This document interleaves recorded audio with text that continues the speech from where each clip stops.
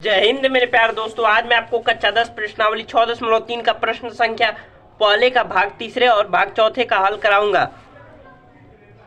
तो हल कराने से पहले थोड़ा सा बेसिक आपको समझा देते हैं ताकि आपको प्रश्न करने में आसानी से मजा आ जाए। मजा आए तभी मजा आएगा, ठीक है। तो चलिए देखिए, हमें एक समरूपता कसौटी पढ़ना है इस प्रश्नावली में। समरूपता कसौटी हमें 4 तरह के समरूपता कसौटी पढ़नी है जो हमारे किताब में दिया है। इसी की मदद से हम प्रश्नावली 6.3 सॉल्व करेंगे। पहला ए समरूपता कसौटी, दूसरा ए समरूपता कसौटी और एस समरूपता कसौटी, एस समरूपता कसौटी, ठीक है। अगर त्रिभुज ए बी सी समरूप दिया है, त्रिभुज पी क्यू आर के पेन खत्म हो गया, 1 मिनट रुकिए। अगर त्रिभुज ए बी सी समरूप है त्रिभुज पी क्यू आर के, तो हमें सभी कोण ए बराबर कोण पी हो जाएगा, कोण बी बराबर कोण क्यू हो जाएगा और कोण सी बराबर कोण आर हमें प्राप्त हो जाएगा। और भुजा सब बराबर हो जाएंगे। ए बी भुजा बराबर पी क्यू बराबर हो जाएगा, बी सी भुजा बराबर क्यू आर और आर पी भुजा बराबर सी ए, या इसे ए सी या सी ए लिख सकते हैं, यहाँ दिक्कत नहीं है। लेकिन हम पी क्यू बराबर बी सी नहीं लिख सकते, ठीक है। पी क्यू बराबर बी सी नहीं लिख सकते, पी क्यू बराबर ए बी ही होना चाहिए, ठीक है। पी क्यू बटा में ए बी बटा में पी क्यू होना चाहिए, ठीक है। मुझे आशा है कि आपको समझ में आ रहा होगा। इसके पहले वाले वीडियो में मैंने बहुत डिटेल से और बहुत देर तक समझाया है, ठीक है। जब भी हमें कहेगा समरूप करना है तो हम 4 कसौटी लगा दें। कोण समरूपता कसौटी, कोण समरूपता कसौटी, भुजा समरूपता कसौटी और भुजा समरूपता कसौटी। अगर समरूप दिया है तो हमें इतना चीज ज्ञात होगा, ठीक है। मुझे आशा, जब भी समरूप करने को कहेगा तो हम 4 समरूपता कसौटी लगा देंगे और समरूप दिया होगा तो हमें इतना चीज ज्ञात होगा, ठीक है। तो चलिए प्रश्न हल करते हैं। 2 मिनट में हमने आपको समझा दिया बेसिक। हर वीडियो में समझाएंगे ताकि आपको हल करने में बहुत मजा आए और आसानी से हो जाए। इसका प्रमेय सिद्ध करने को आता नहीं है बोर्ड में, इसीलिए हमने प्रमेय सिद्ध कराया नहीं। प्रमेय 6.1 और 6.2 आता है तो हमने उसको सिद्ध करा दिया है और उसका प्रश्नावली भी हल करा दिया। तो चलिए स्टार्ट करते हैं। तो सांकेतिक रूप में हमें इसका उत्तर देना है, तो ये ध्यान रखना है, ठीक है। तो देखिए, लिखेंगे हल और दोनों त्रिभुजों में क्या, दोनों त्रिभुजों में देखेंगे तो सभी भुजाएं देखिए, 2 का दुगुना 4 यहाँ पर दिया है और 3 को दुगुना 6 दिया है। तो जो दिया है उसके हिसाब से हम लिख लेते हैं। लिखेंगे एम पी बटा में, क्या लिखेंगे, एम पी बटा में ई डी, एम पी बटा में ई डी कितना एमपी का मान दिया है 2 और ईडी का मान दिया हमारे पास 4, तो काटेंगे तो आएगा 1/2। अब पुनः देखिए एमपी लिखे, एमपी, अब लिखेंगे पीएल बटा में पीएल। अब यहाँ ईडी लिखे थे तो यहाँ से लिखेंगे डीएफ, इसका मान 3 दिया है और इसका मान 6 दिया है, तो यहाँ से आ जाएगा 1/2। 3 करने 3, 3 दूना 6। अब देखिए डीएफ लिखे हैं, पीएल लिखे हैं ना, पीएल। अब एलएम बटा में लिखेंगे, डीएफ लिखे थे ना, डीएफ। अब यहाँ से एफई लिख देंगे, एफई लिख देंगे। तो इसका मान दिया हमारे पास, एलएम का मान दिया है, एलएम का मान 2.7 और इसका मान दिया है 5, जो कि कटेगा नहीं।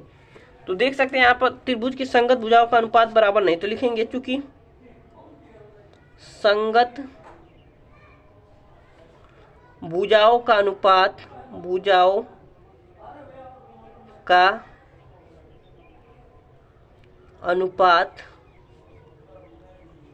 बराबर नहीं है। जब बराबर नहीं है तो जब संग ऐसा कोई हमने समरूपता कसौटी पढ़ा ही नहीं है, हमने तो ए समरूपता कसौटी पढ़ा, 3 को ए समरूपता कसौटी पढ़ा, एस समरूपता कसौटी पढ़ा, 3 ठो एस वाला समरूपता कसौटी। यहाँ तो 2 भुजा और 1 भुजा बराबर नहीं है, तो यहाँ से इसलिए लिख दिए, चूंकि संगत भुजाओं का अनुपात बराबर नहीं, इसलिए लिखेंगे त्रिभुज। अब यहाँ से देखिए एम पी एल समरूप नहीं है, समरूप और उस पर एक डंडी खींच देते हैं तो उसको कहा जाता है समरूप नहीं है त्रिभुज। MPL लिख लिए। अब यहाँ से लिखेंगे EDF की, तो इसलिए त्रिभुज MPL समरूप नहीं है त्रिभुज EDF के, इसे लिख देंगे इति सिद्धम। यही हमारा आंसर हो जाएगा, यही हमें सिद्ध करना, इति सिद्धम, यही आंसर लिख दे चाहे इति सिद्धम लिख दे, ठीक है, सिद्ध व्यक्त करना है। तो देखिए अब ये हो गया। अब देखिए MP बटा में ED है, PL बटा में DF है, और LM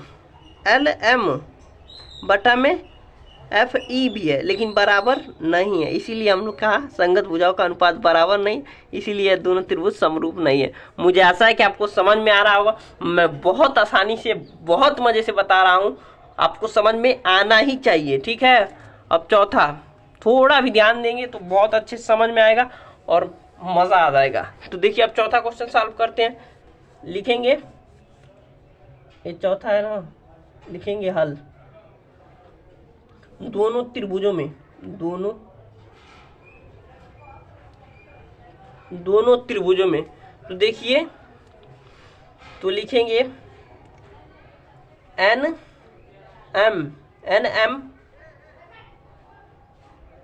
बटा में NM बटा में PQ। तो NM का मान दिया है 2.5 यानी 2.5 और इसका मान दिया है 5, तो आएगा 1/2। अब देखिए, अब यहाँ पर कोण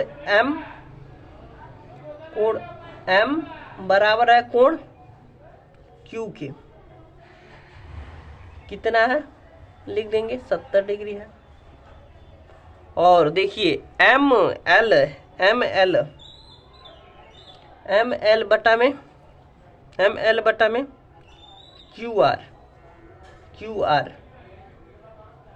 तो ML का मान दिया हमारे पास 5 और QR का मान दिया है 10, तो 1/2। तो देख सकते हैं 2 भुजा और 1 कोण बराबर है, तो लिख देंगे SAS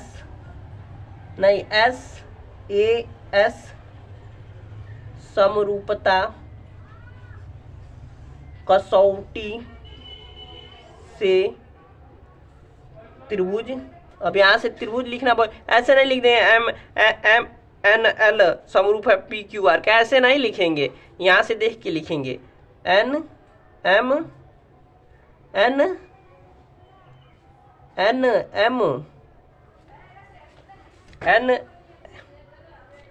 NML